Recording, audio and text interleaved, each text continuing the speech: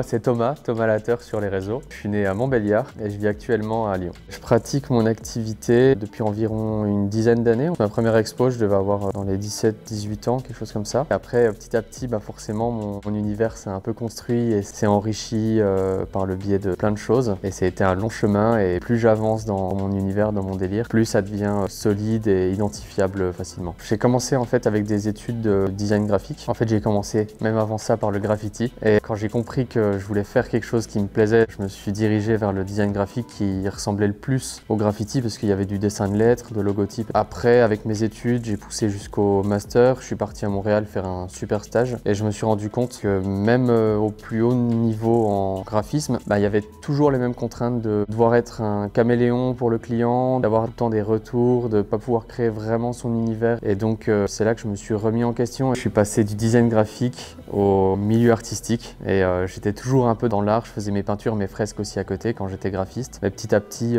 l'art a pris le dessus parce que tout simplement j'avais envie de créer mon truc, de bâtir un univers un petit peu avec des formes géométriques. Et même dans le graphisme, j'avais cette touche-là un peu que je voulais un peu plus pousser. Et donc c'est pour ça que je suis parti à fond dans le délire art, à fond artiste quoi. Mon gros mentor quand j'ai commencé il y a environ 10 ans, c'était Nelio. C'est là qu'en fait j'ai découvert qu'on pourrait faire du graffiti différemment, avec des formes géométriques, avec de l'abstraction, avec des choses qui cassaient un peu ce côté lettrage que je voyais un petit peu partout, que j'aimais bien à l'époque, mais c'est là où ça m'a un peu plus ouvert l'esprit. Et en fait, je dirais que tout est parti de là, parce que j'ai commencé un petit peu pour m'amuser à faire mes premières formes un peu au scotch sur des murs. Je suis tombé amoureux de ce délire-là et j'ai poussé jusqu'à en arriver où je suis maintenant, et c'est que le début, quoi, j'espère. Ma marque de cœur, on va dire, de rêve de gosse, que du coup j'ai eu la chance de réaliser, c'est avec Vans.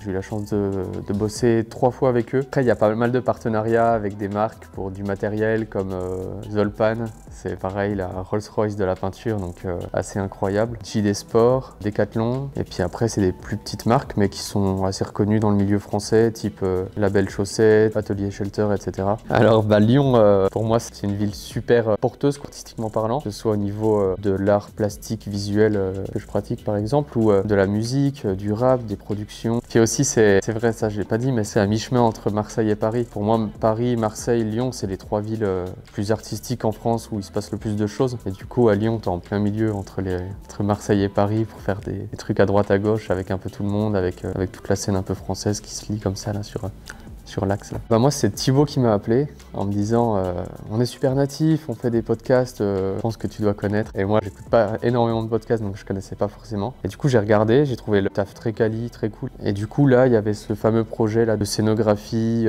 pour plateau, pour émission et tout, donc ça m'a tout de suite parlé. En fait, le lendemain, on a calé un rendez-vous avec Thibaut pour se voir en vrai et voir le lieu, parce que c'était ce qui me paraissait le plus logique et le plus cohérent. Quand j'ai vu le lieu, ça m'a tout de suite emballé et après, ça a déroulé quoi. Pour moi, un Basecamp, c'est un peu le point de ravitaillement où t'arrives, tu remplis tes gourdes après une grosse journée, tu peux enfin te reposer, te préparer pour la journée du lendemain. Il y a un truc aussi très convivial où du coup tu relâches un peu la pression, t'es avec les gens que t'apprécies autour de toi et tu passes un bon moment quoi. L'idée du Social Basecamp, ça m'a grave inspiré parce que du coup j'aime beaucoup tout ce qui est montagne, rando, trekking, tout ça, et du coup c'était un peu pousser cet univers là que j'apporte déjà un peu dans mes créas, mais encore un peu plus loin quoi. Encore un step où je peux un peu plus détailler des éléments, où j'ai pu un peu plus m'amuser en étant un peu plus illustratif. Et donc en fait l'idée de base, moi, elle est partie sur créer un peu comme des items, comme dessiner des choses qu'on utilise dans un basecamp, dans une rando, dans un feu de camp. Ce truc un peu de convivialité, un peu d'esprit d'équipe et tout ça. Et je me suis créé toute une liste comme ça d'items, d'objets, type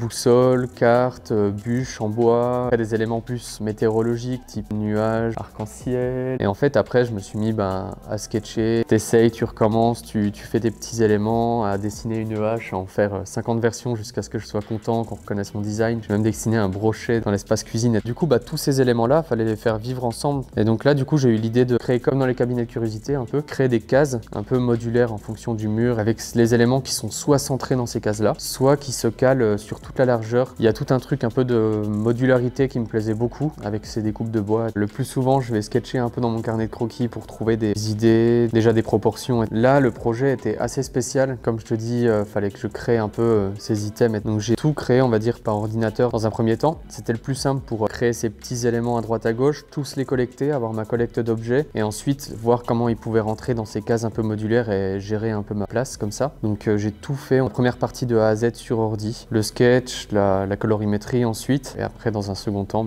c'est parti sur de la peinture sur place, la peinture sur les formes en bois découpées et ensuite posée sur place dans les cases. En fait, les couleurs, il y a un petit truc déjà qui m'a aiguillé, c'est le brief un peu archi, on va dire. Il y avait déjà un bench un peu de couleurs. Sur l'espace cuisine, on est sur du vert. Il y a tout un camailleux de vert, il y en a 5 différents. Et ensuite, je me suis amusé avec des petites touches de orange, de marron, de bleu, de jaune, pour que ça rappelle les couleurs scouts un peu. Pour l'espace scénique, là, tout dans des nuances de bleu. C'est de la volonté de Thibaut et de Rémi de partir sur des nuances de bleu. Ensuite, je suis venu apporter ce orange et ce jaune et des petites touches de beige pour un peu rehausser et aussi apporter un peu de chaleur pour que ça soit moins froid, mais qu'il y ait des petites étincelles un peu de... comme quand on se retrouve au coin du feu, quoi, qu'il y ait un peu de chaleur, que ce soit pas juste la nuit bleue, mais qu'il y ait cette petite étincelle, quoi. Les découpes dans le bois, du coup, c'est ce qui vient apporter pour moi toute la force au projet. C'est ce qui fait que c'est pas juste une simple fresque, ça donne ce petit côté en relief très sympa selon où tu te places dans la pièce. Et il y a un côté très cool par la modularité du coup des modules qui sont au milieu du plateau. Du coup, en fonction de l'émission, tu peux vraiment les bouger pour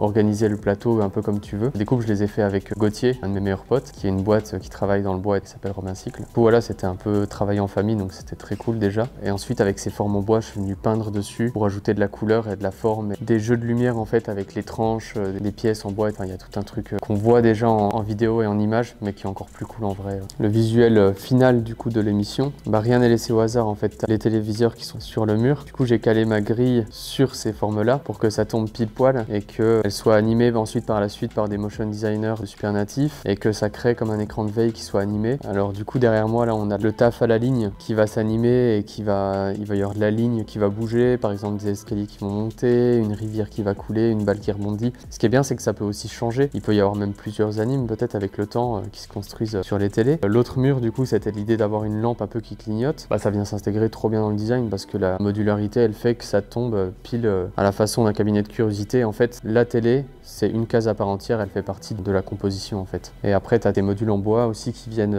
devant et qui jouent aussi avec le mur de l'arrière, qui viennent un peu décrocher le soleil et la tente qui sont sur le plateau avec les deux montagnes. Il y avait une volonté de Thibaut par rapport à la tente qu'elle soit semi-abstraite parce qu'à la base, elle était plus lisible. On reconnaissait beaucoup plus que c'était une tente, on va dire. Et du coup, c'était un peu dans sa volonté de créer un peu plus d'abstraction par rapport à ça, qu'on reconnaisse pas au premier coup d'œil que ça soit justement une tente et un soleil. Du coup, je l'ai un peu plus schématisé pour que ça reste plus dans l'abstrait, décoratif. On a ces deux montagnes du coup de chaque côté qui peuvent aussi s'échanger, mais moi je les ai placées comme ça pour que ça vienne créer comme un cadre un peu sur le plateau. Ce qui est bien, c'est que ça peut vivre avec les formes en relief, mais ça peut aussi vivre sans, parce que du coup, j'ai peint tout le mur derrière moi du sol au plafond. Du coup, ça vit aussi sans les formes en bois. Il peut y avoir toutes les possibilités permises selon le nombre d'invités, le format de l'émission, selon les besoins du Super Natif. Ouais, c'était trop bien. Si tous mes clients pouvaient être comme ça, ça serait top.